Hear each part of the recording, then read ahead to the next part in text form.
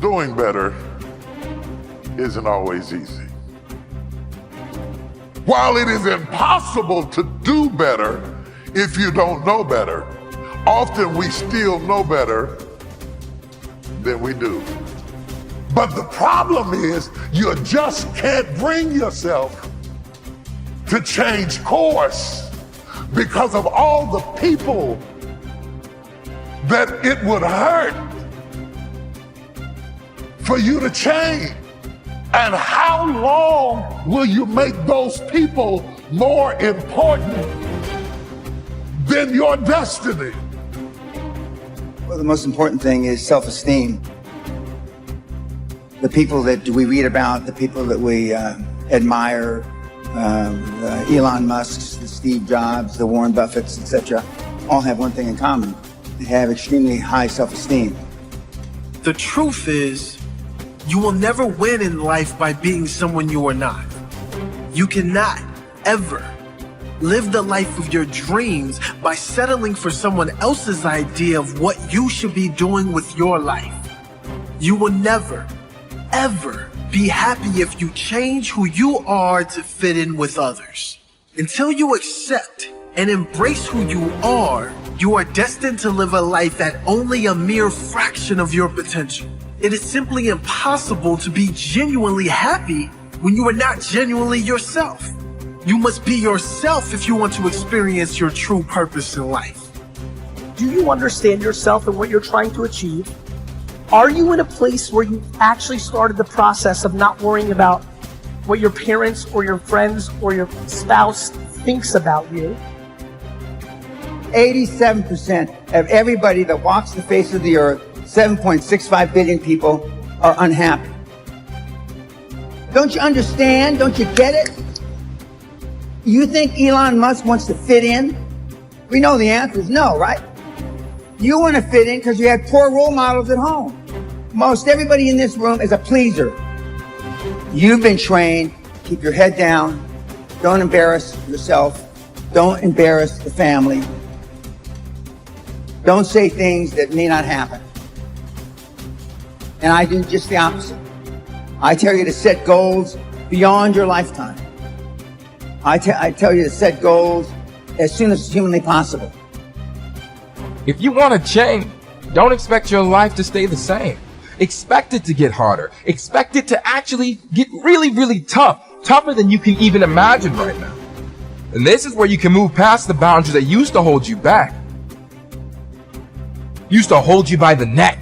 Now you can move towards the fulfillment that's your future. And this, you see, this is where you can finally feel the satisfaction of your work.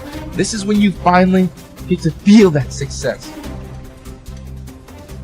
Now is the time for you to step up, stand out, and become the person you need to become. Your future is in your hands, and this is what sets your life up to be worth the potential that you deserve. Your power is and always has been the thing that's going to take you towards the life that you have earned.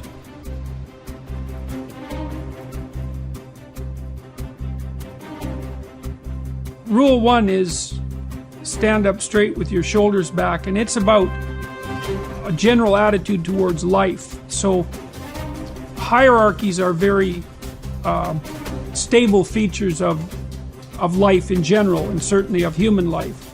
And wherever you have any system of values, you have a hierarchy, because a system of values implies that one thing is better than another. If you have a situation where one thing is better than another, then some people are better at doing it than others, and you get a hierarchy. To stand up straight with your shoulders back is a literal injunction, but also a metaphorical injunction, because what you do when you stand up like that is you kind of expose the vulnerable surfaces of your body. It's an act of courage. It's an act of taking on the voluntary responsibility of contending with hierarchical organization and uncertainty. And it's a good physical manifestation of the moral courage that's necessary to live life properly. And it's something that leaders naturally embody. And that's true not only of human beings, by the way, it's also true of animals all the way down the biological chain. So the more successful creatures, let's say, are also those who comport themselves in an upright manner. And, you know, even in our common language, to be upright is not only something that we think about physically, but also morally, right? To be an upright person is to tell the truth and to act forthrightly and to do what you say you're going to do and all of those things. So that's all of a piece. And so that's rule 1. Rule 2, which is treat yourself like you're someone responsible for helping. That's an extension of rule 1 in some sense. The idea would be that, you know, people are often ashamed and embarrassed and anxious because of their insufficiencies and failures and the incomplete nature of their characters and all the things they don't know and all of that. And so it's useful to develop and practice an ethic of detached self-regard.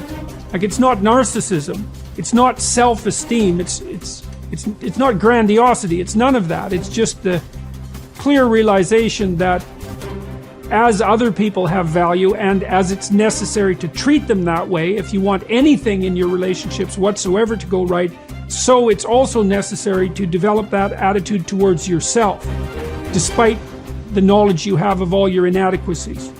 And that's a really good thing to practice, because it requires practice, both the detachment and then that ethic of care. So, and then rule 7, which is do what is meaningful rather than what is expedient, that speaks to at what level of analysis you should be operating when you're deciding how to act. You want to act in accordance with your highest values. Now that means you have to figure out what those values are.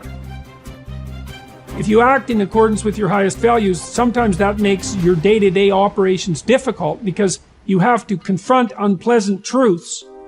You have to discuss things that you'd rather avoid. It would be easier to act to decrease conflict in the moment. But it's a very bad medium to long-term strategy.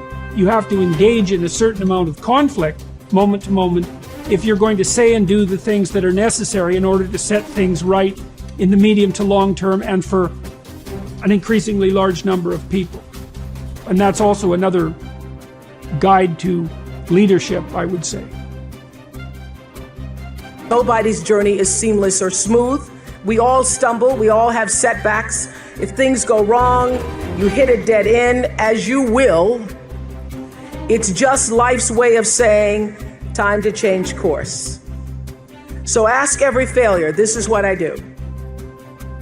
Every failure, every crisis, every difficult time, I say, what is this here to teach me? And as soon as you get the lesson, you get to move on. If you really get the lesson, you pass and you don't have to repeat the class. If you don't get the lesson, it shows up wearing another pair of pants or skirt to give you some remedial work. And what I found is that difficulties come when you don't pay attention to life's whisper, because life always whispers to you first. And if you ignore the whisper, sooner or later, you'll get a scream. Whatever you resist persists, but if you ask the right question, not why is this happening, but what is this here to teach me? What is this here to teach me? It puts you in the place and space to get the lesson you need. My friend Eckhart Tolle, who's written this wonderful book called A New Earth, that's all about letting the awareness of who you are stimulate everything that you do.